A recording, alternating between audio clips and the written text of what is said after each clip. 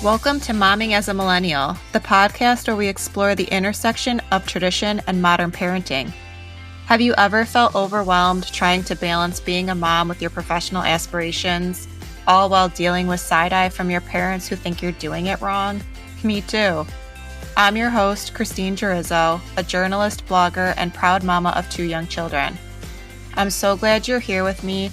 Together, we can navigate the complexities of millennial motherhood and find what resonates with our true, authentic selves. Let's dive in. Welcome to another episode of Momming as a Millennial. I'm going to tell a little story about this guest that I have today, and she doesn't know, but she's going to find out right now. Oh boy. When I first started this podcast, I remember somebody told me, make a list of all of the guests that you would want to have on your podcast. And I was like, okay, pie in the sky of all the people in the world that I would want. Who was at the top of the list? My gynecologist.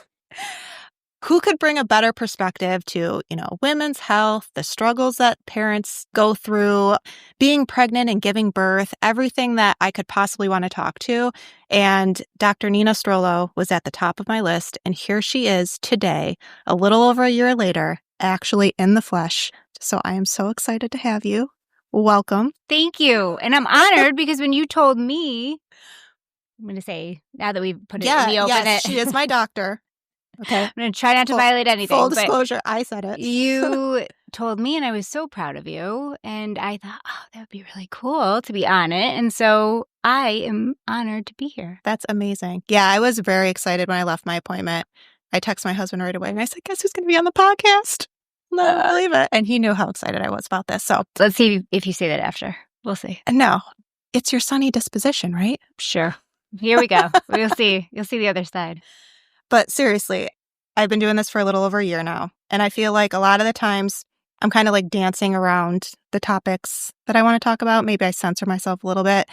But the world is turning into a chaotic mess. And I just think that I can't do that anymore. And I'm kind of like doing a disservice by not speaking my mind and really like talking about the things that I think that matter. So today I would like to get real with you. But if you wouldn't mind, like, introducing yourself, talk a little bit about your experience, expertise, all that. Yeah. So let's see. I went to medical school in Syracuse. I graduated in 2006. I did my residency in Buffalo and graduated that in 2010. So I've been practicing as an attending for about 15 years now. So I'm seasoned, as they say.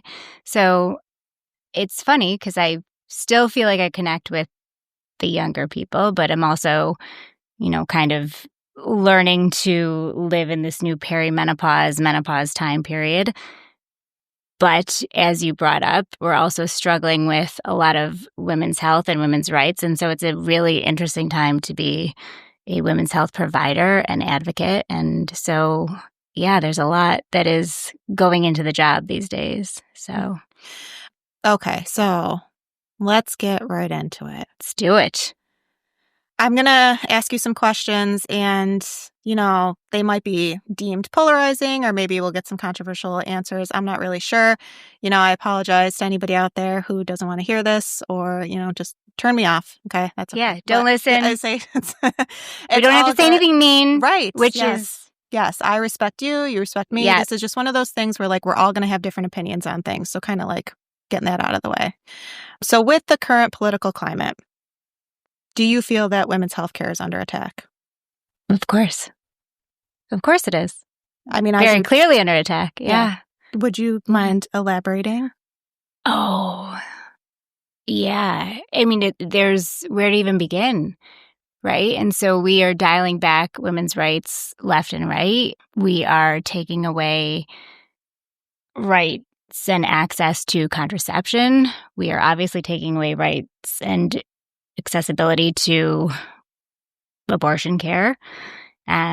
Doctors are having to choose whether or not they are going to lose their license, lose their livelihood, or save a patient, which obviously I think when people read that, they think, well, how terrible.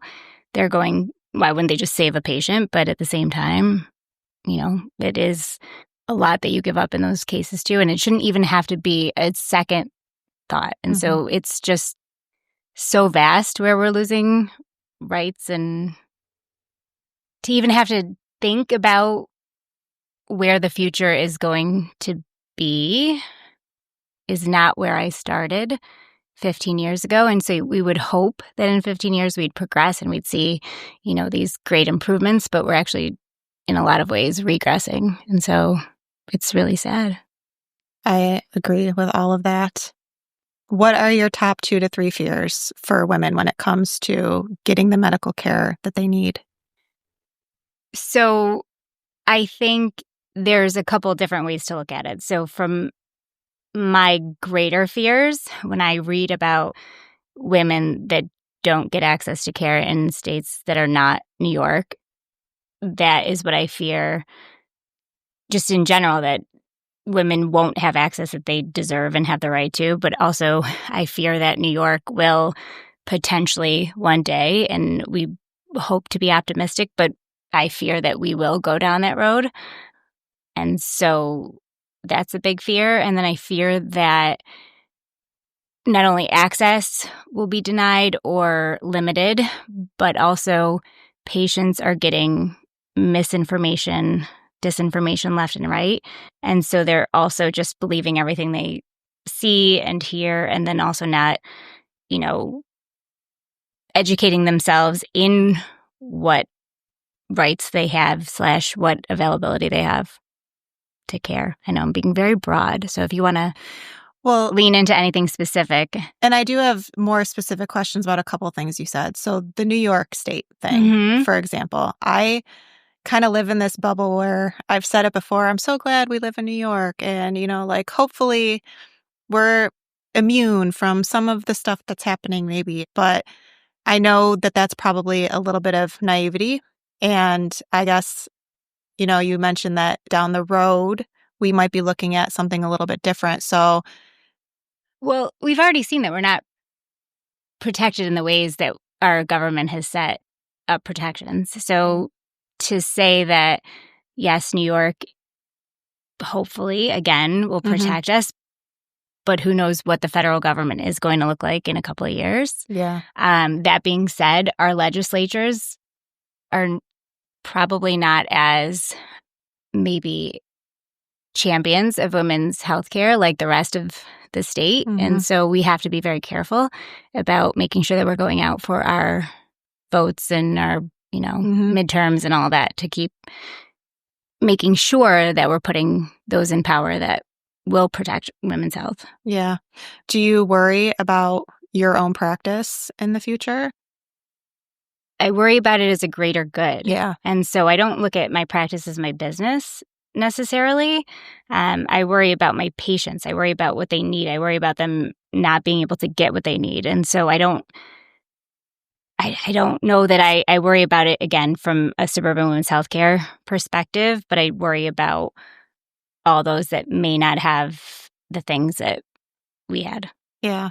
I have a daughter, and I am greatly concerned for what things will look like for her down the road. When I was 17, I was able to have access to birth control. I was on it for a very long time to help, for lots of different reasons. Many different reasons. Lots of different reasons. But I mean, the reason I originally went there was because of my irregular periods and all of that, and the excessive cramps. But obviously it serves a purpose. So how should we be preparing our daughters for what's next? Like, what do we tell them when their reproductive rights are going to look very different from what ours were at their age?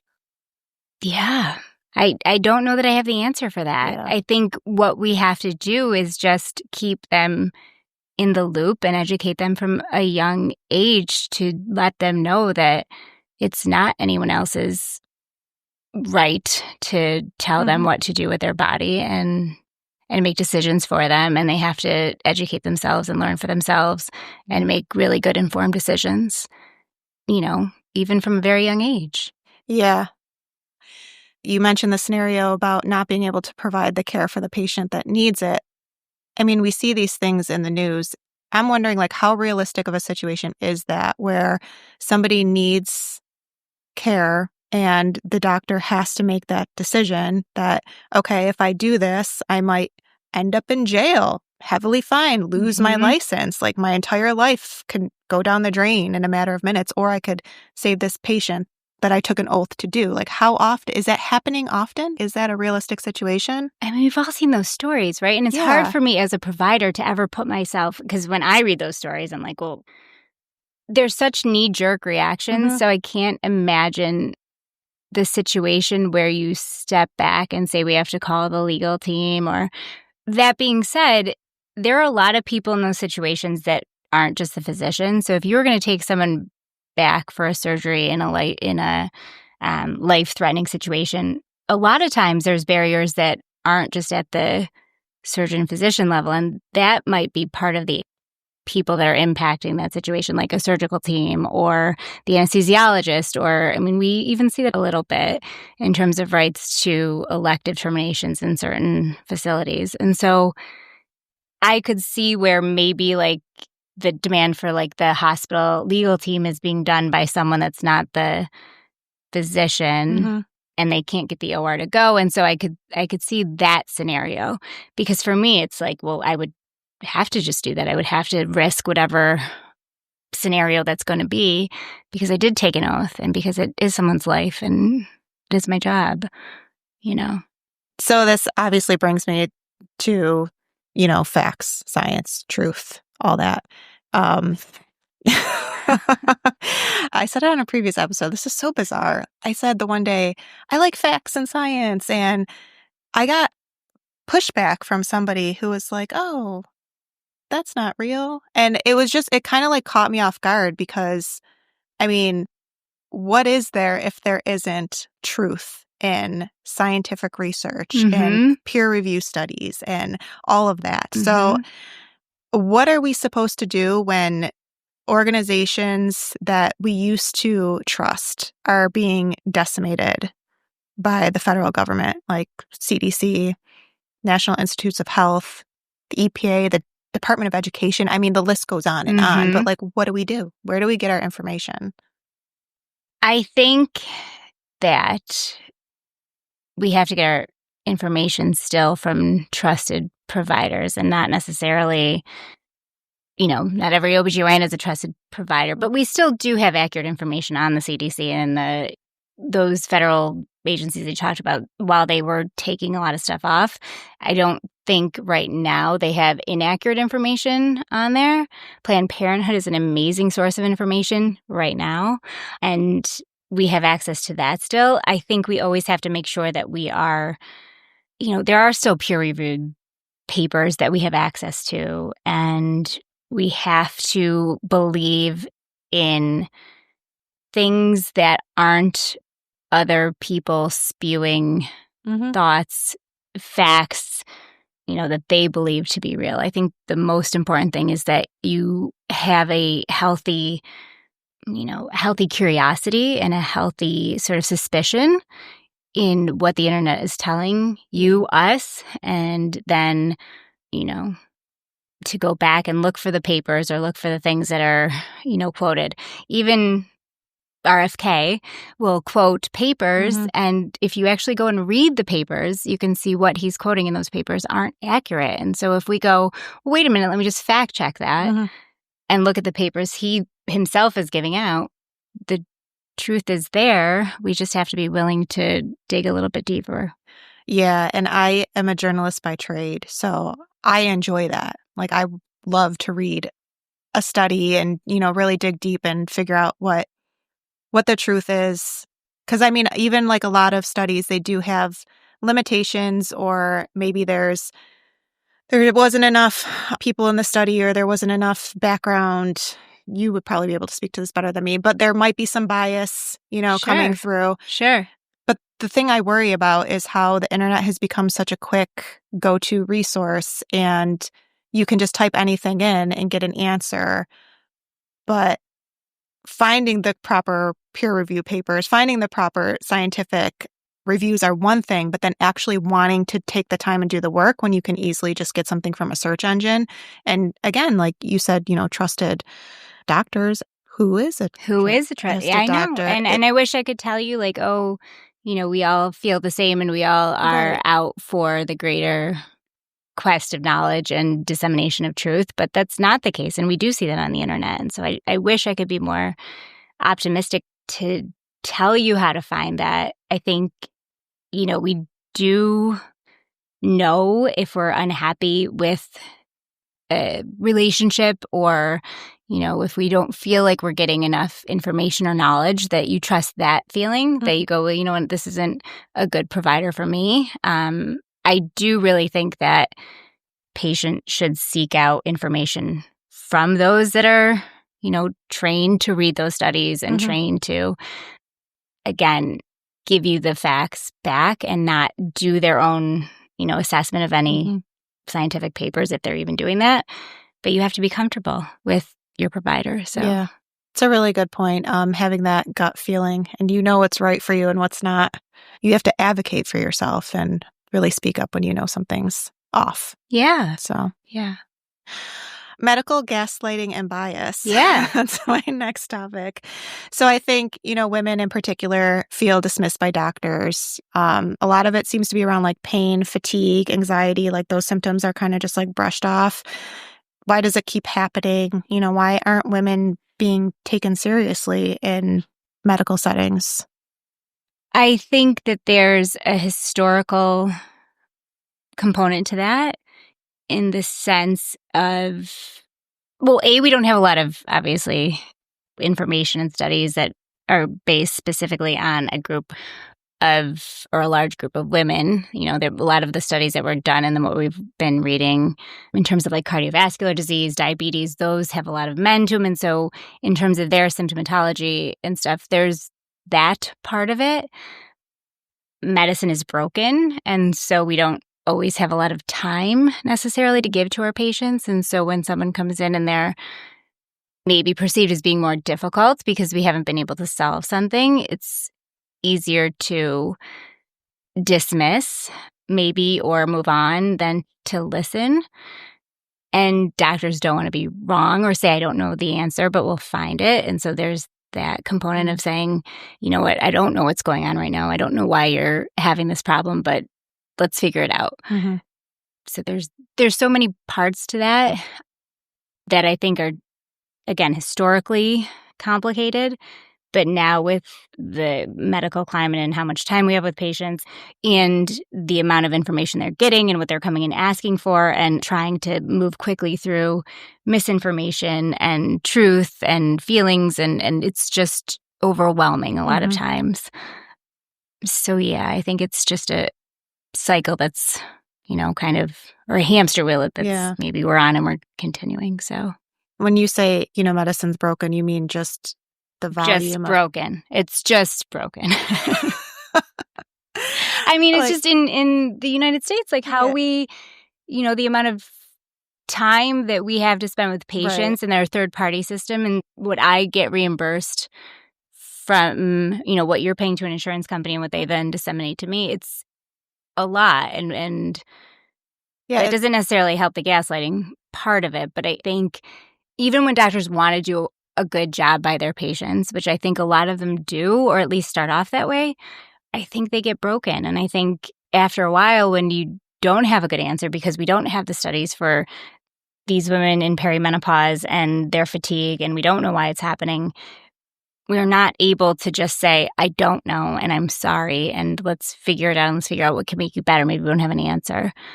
And then there's this push from the internet and social media to say, you're not doing good enough. And so I think we kind of, a lot of times I feel up against a wall to give everything that I can, but maybe the patients don't feel like I'm doing enough. Yeah.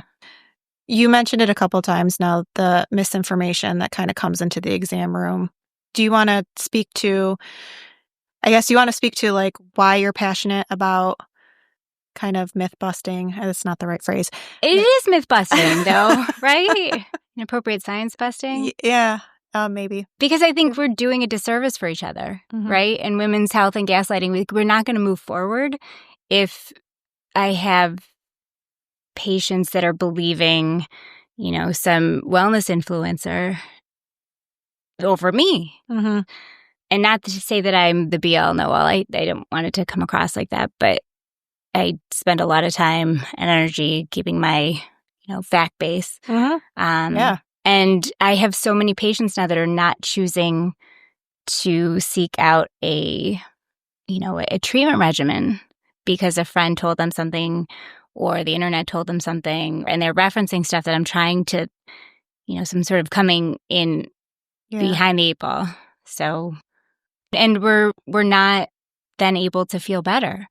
And so when you talk about medical gaslighting too, like patients want to feel better, but then they also don't necessarily want to hear that, that's not accurate. That's not a thing. That's not. So it's tough. And I want, especially, I will say, the younger 18 to 25-year-olds are really kind of leaning into a space that scares me, because we talk about access to contraception, access to reproductive health care. They're shying away from it for a lot of different reasons. But while we're in New York and we're still have access to abortion services, there's a lot of places that won't have that. And that generation is not only shying away from it, but then don't have access and don't. And so they're going to create a situation where it's sort of self-fulfilling, and we're not advocating for ourselves and, our peers enough. And it's just going to continue to spiral if we don't try to combat the misinformation. So when you say that you are nervous for 18 to 25-year-olds who are being targeted by social media, and they're the ones who are really buying into these influencers, and maybe they don't have the relationship with their mother, or their mother wasn't like open about, this type of stuff, birth control, sex, all of that. Are you saying that they are doing themselves a disservice, an even bigger disservice, 10, 15 years down the road when they start having these relationships or need birth control or maybe have a pregnancy that is unexpected? Can you elaborate a little bit more on that? Absolutely. So I can. And there's just so much I want to say that it can't come out all at once. Yeah. This generation, like we said, is targeted. But I also want to just take a step back and say, I think women in general in healthcare are targeted. When I see pregnant patients, when I see perimenopausal patients, I think the whole gamut is targeted. But why I referenced that generation specifically is because they are a lot of times getting themselves into social situations where they don't trust contraception. They believe their friends over anyone else, or social media over anything else, in terms of what option for birth control they might choose. And I see a lot of undesired pregnancies. And then obviously life decisions are made, right? And so when we talk about then New York State has access to abortion care, but also we don't want to be necessarily in that situation where we are having this generation choose because they didn't have the appropriate information. But then, yes, moving forward, those decisions, thoughts, all of that then stays with us. And so, I'm very pro-choice, and that doesn't erase from anyone that weight that they should have made a different decision. And I see it all day, every day. And then moving forward, when they were pregnant, there are a lot of, sort of flashbacks to those moments. And so I just see those things happening more and more frequently, for no good reason. Yeah. If I could say, like, well, actually now we have this information and we know these things aren't as safe as we once thought we were, maybe that's fine. But at the same time, right now, it's just not the case. Yeah. And so women are forced to deal with heavier weighted decisions for no good reason, because, again, they're being fed misinformation. And then fast forward to a life that, whatever that might be, they're always going to have that as part of their history. We also know that people with irregular periods or painful periods, especially people with endometriosis, the treatment of that pain and those pain pathways, if it's not taken care of early or addressed early, it actually does affect pain signals and chronic pain disorders moving forward. So that's separate from the social aspect, but that's an actual physical scenario where we might see women that are suffering more later in life with endometriosis, adenomyosis, those kind of things, because they didn't choose to opt for a treatment that we know is safe and has been around for a very long time. So I've said this before, but I came from an Italian Catholic family. So me too. Like it was very, I want to say like within the past 10 years or less is when I realized that I was pro-choice. Because I had been told my whole life that I was pro-life and like what that meant. And then becoming a woman and realizing the implications of having control of your body. For me, I feel like I had a lot of psychological unpacking to do to get to that point because of how I was raised.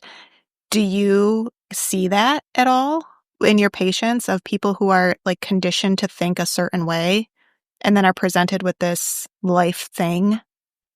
Yes. Yes, absolutely. And how do you coach them through that? I mean, I think it's my job to be supportive. So the biggest thing, again, for everyone to remember is you can feel very strongly about what you want to do with your body or what you'd hope people would do with their bodies. Yeah. But not just with this choice or this decision. It's not our job to judge what other people are doing. Mm-hmm. And so I think if we just sort of left it at that in a very broad aspect and cared less about what others were doing and just focused on supporting one another and, helping each other make good informed decisions, I don't know that we'd all be as angry at each other. Yeah. But I have patients that we've had to go through and unpack, like, I have this pregnancy, it's undesired. Perhaps maybe there's a chromosomal abnormality that I can't parent. I have 3 other children, whatever that might be. They always thought they would never be in said situation. And now they find themselves in this situation and they're like, well, I really think that I can't carry on this pregnancy.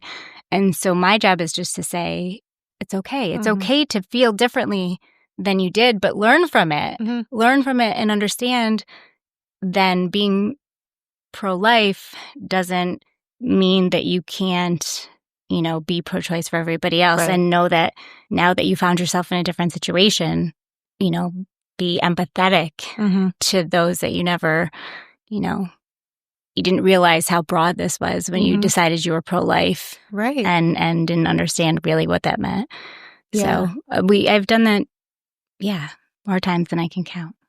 Yeah, and I think like changing your mind, like this was on a different podcast episode, not quite as heavy as this, but just like being able to change your mind. Yes.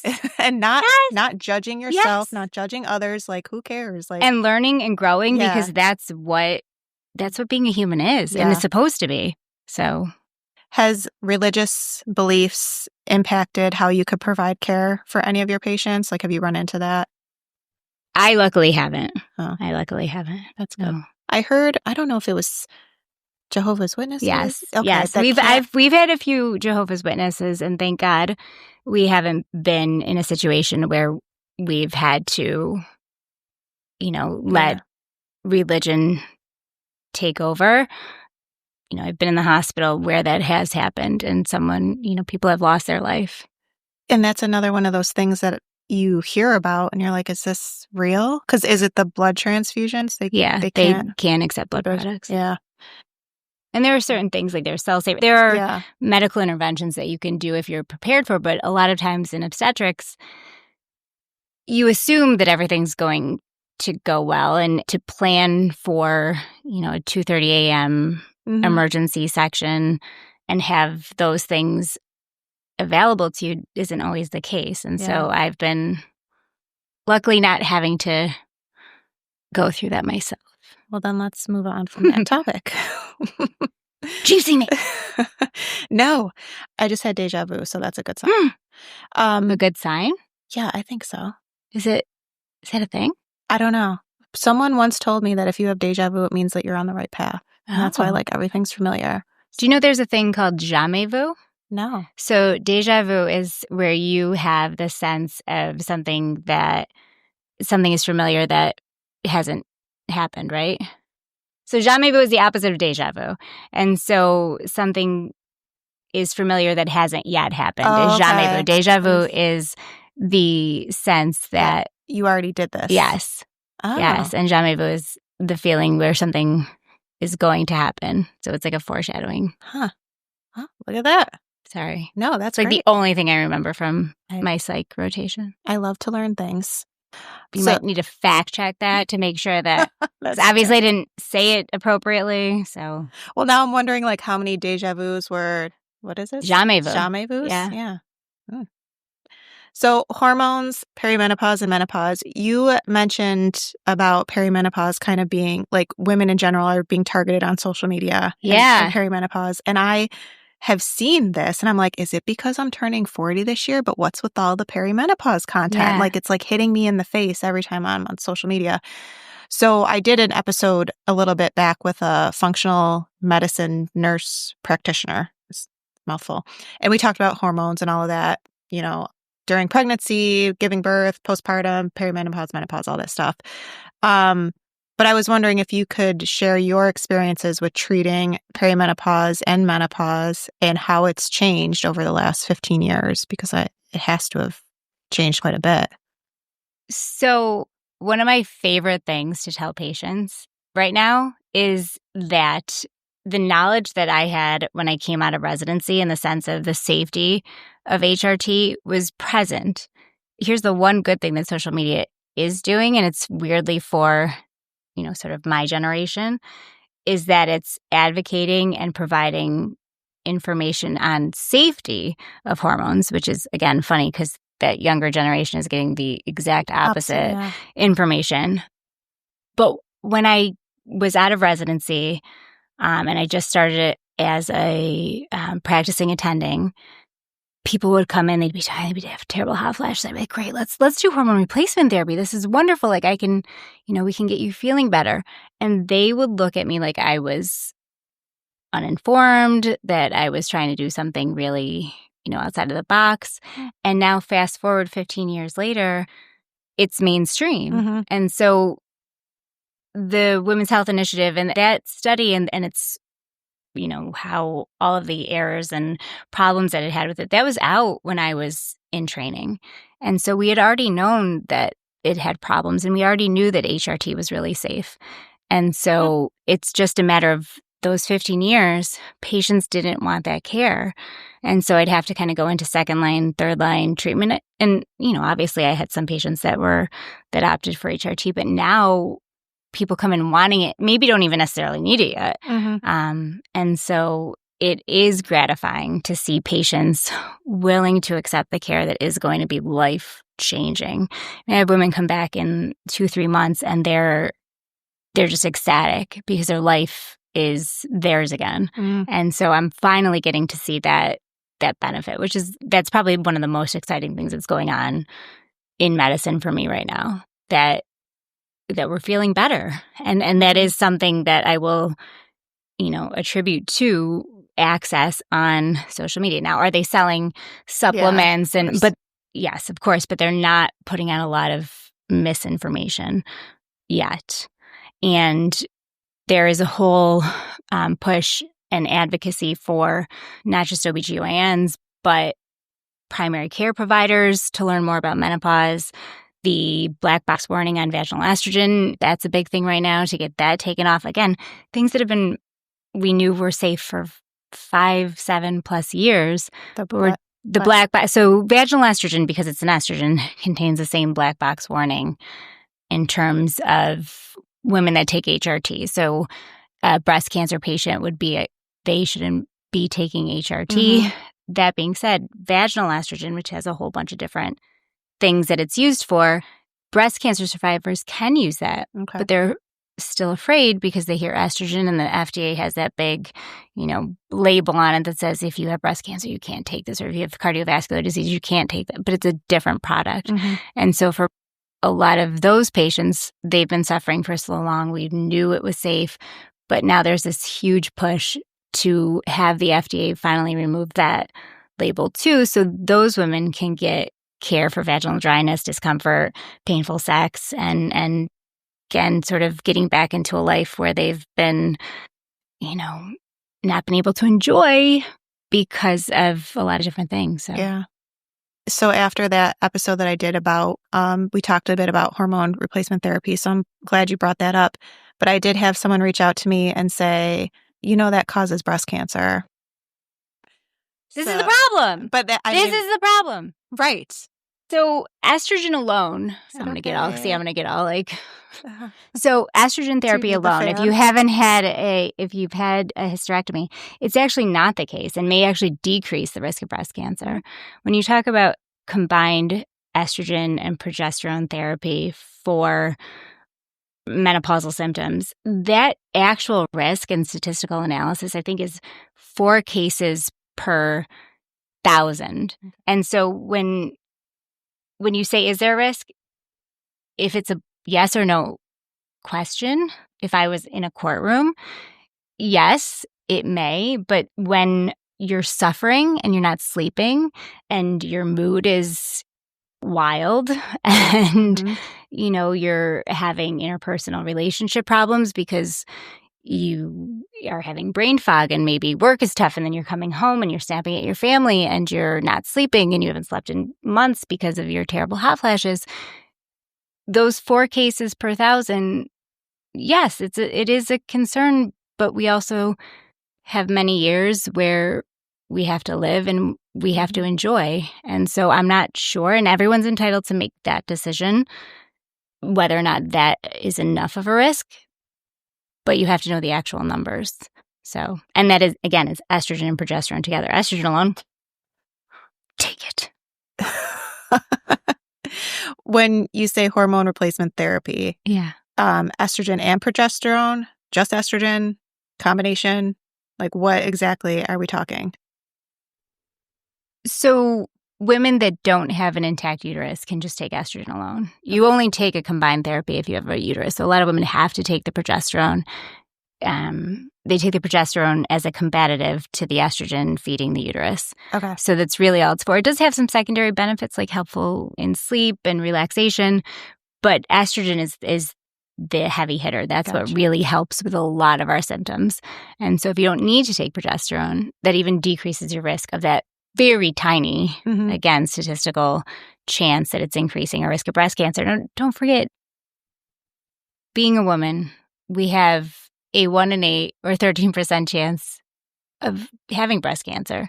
And so that risk is always present and real. And so we should be doing the things in terms of screening and making sure that we are on top of that. And so if we're doing those things and we have this very potentially small, this is how I see it, very potentially small increase, but our lives are improved and better, and I see that in real time, I see people's lives change, that fear factor for me, I wish women would be able to get past and know that if we're screening and watching, while yes, it does have that ever so slightly increased risk, living in fear or living in misery because of it isn't worth it.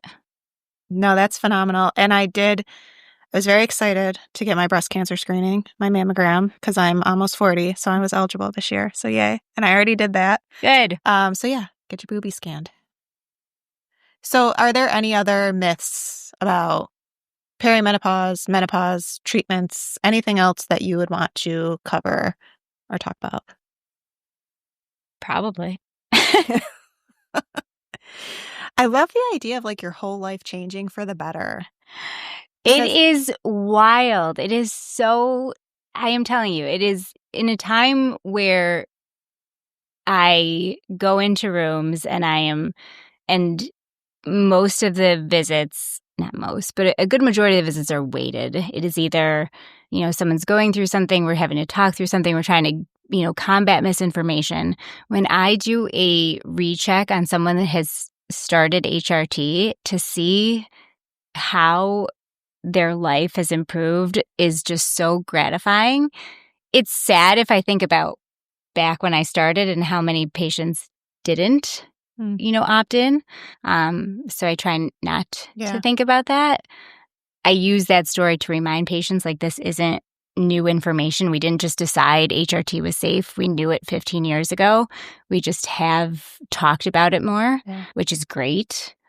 But again, much like, I won't throw a big bomb in here, but like vaccines, like, we've known they've been safe for a long time. We're just starting to, again, remind people how safe they are. Same as HRT. Yeah, and I've seen, the previous generation, my family members suffer for decades. Yes. Like, very long time. And then even talking about it now in terms of helpful prevention for chronic disease, such as, osteoporosis and Alzheimer's potentially, and the benefit to that. So we are pushing for more research and knowledge. Let's hope it happens. Okay, I love research and knowledge. Is there anything else like new coming out? New treatments? Anything in the works? So we do have a non-hormonal medication for patients that are absolutely contraindicated for hot flashes. Not a lot of people talk about it, and so I think that's good to know and ask your doctor if you really absolutely can't do hormones or really are very scared of it. You don't have to suffer. We do have other options, some newer generation things. In terms of what I know coming out, there's not as far as I'm aware right now, newer drugs for HRT. Probably, hopefully will be, but we know that hormones are the gold standard treatment. And so they'll tweak them ever so slightly and market them that way. But yeah, I think a lot of the research and hopefully new drugs coming out are going to be in endometriosis care. And we're learning more about that, studying some blood tests to detect, and then potentially other options for treatment other than the standard hormonal therapies, even though we know those are safe. At least giving women more options for their comfort level. So that's kind of what I'm excited about in the next few years that's coming down the pike. That's awesome. So I'm going to include Dr. Strollo's info in the show notes. She actually has a great Instagram page at the hormonal gynecologist that I highly recommend. But I did want to ask you, why did you start that? Why is it important for you to be on Instagram? Because you could just, do your doctor thing, go home at night and be done with it. But why did you put yourself out there? Because it's not done. Because there's a lot of people out there that are, combating my passion, and so if I can get to one patient outside of my own patients, if I can help one person feel comfortable asking their doctor something, then, it's my job as a women's health advocate to do that. And we're, to broaden it, I guess we feel helpless in the world that we're in. And as our rights are being, sort of taken away or made limited, it's a voice that I have to help women, be empowered. And I do this all day, every day. And one little opening in terms of a question, I will just give every bit of information that I get, and I'll go tell your friends. But I only have those patients, and I only, I'm only able to get to them. And so if I can get to anybody else and help them feel comfortable or feel empowered or feel skeptical, then I've done something. And that's what being in medicine is or should be about, is the continuation of helping people. And that's where we are now. That's where medicine has evolved to. So I have to meet my patients where they are. And there are a lot of doctors that this is actually a thing and it's a push, and not, not in any way to be on Instagram, but to try to have people understand, don't take advice from a random person. Yeah. What is one of the most popular type of misinformation or trend that you've seen recently? It is the trend not to access contraception. Okay. And we have so many options. And so I, try really hard to tell women, like, look, just because someone said this isn't safe or your friend said this doesn't work, we have so many options. But that group of younger women thinks hormones are bad, where it's hysterical because now we're like, yeah, hormones are awesome and great and wonderful and thank God we have them. But this group is going, oh, they're terrible and we shouldn't use them. And, I'm not here to push women to be on birth control in any way. And I think that's another thing too. Like, a lot of younger patients come in, they feel guilty if they don't want to be on birth control because they presume their gynecologist is going to make them be on birth control. Absolutely not. It's just my job, though, to tell you what you're hearing and reading isn't necessarily how we make decisions. Yeah. And we have better access to information and a lot of different options. So I worry all the time about where things are going, probably a little bit too much. It seems like instead of our government doing what it was created to do, and I even have the quote here, defined by the Constitution, its purpose is to serve the needs of its citizens by providing for common defense, promoting the general welfare, and securing the blessings of liberty.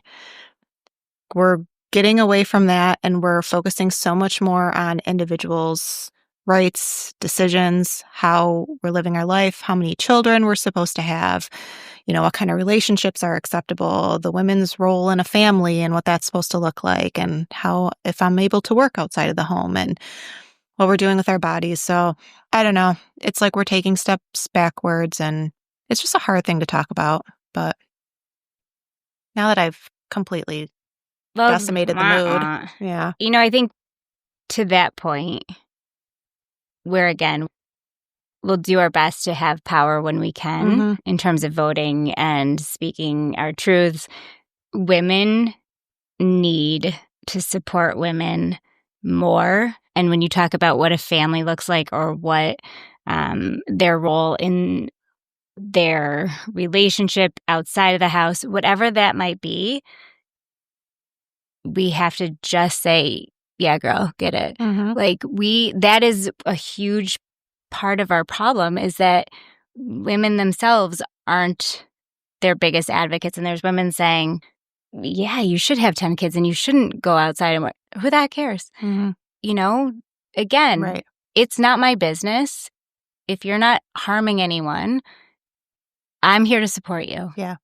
And we're fighting a lot of uphill battles, but in a very small scale. That's where we can start and just be there for each other. And if we hear something that's inaccurate or we hear someone not supporting someone for whatever reason, step in and help out. But we all need to do better. And that's really one thing where if I could have any message again to women, and it is to say, let's just be better. And I think that, I take that to heart because I also think I could be better, like you're saying. And we can all be better, speak up right? more, We all, yes. use the platform, say the things. But yeah, like women supporting women, I mean, that's my heart. Yeah. And in a day-to-day where, even just something so small as an OB patient saying, oh, I was told that I'm too big or I'm too small or I'm doing this wrong or I should be breastfeeding, but I can't. And so now I'm struggling.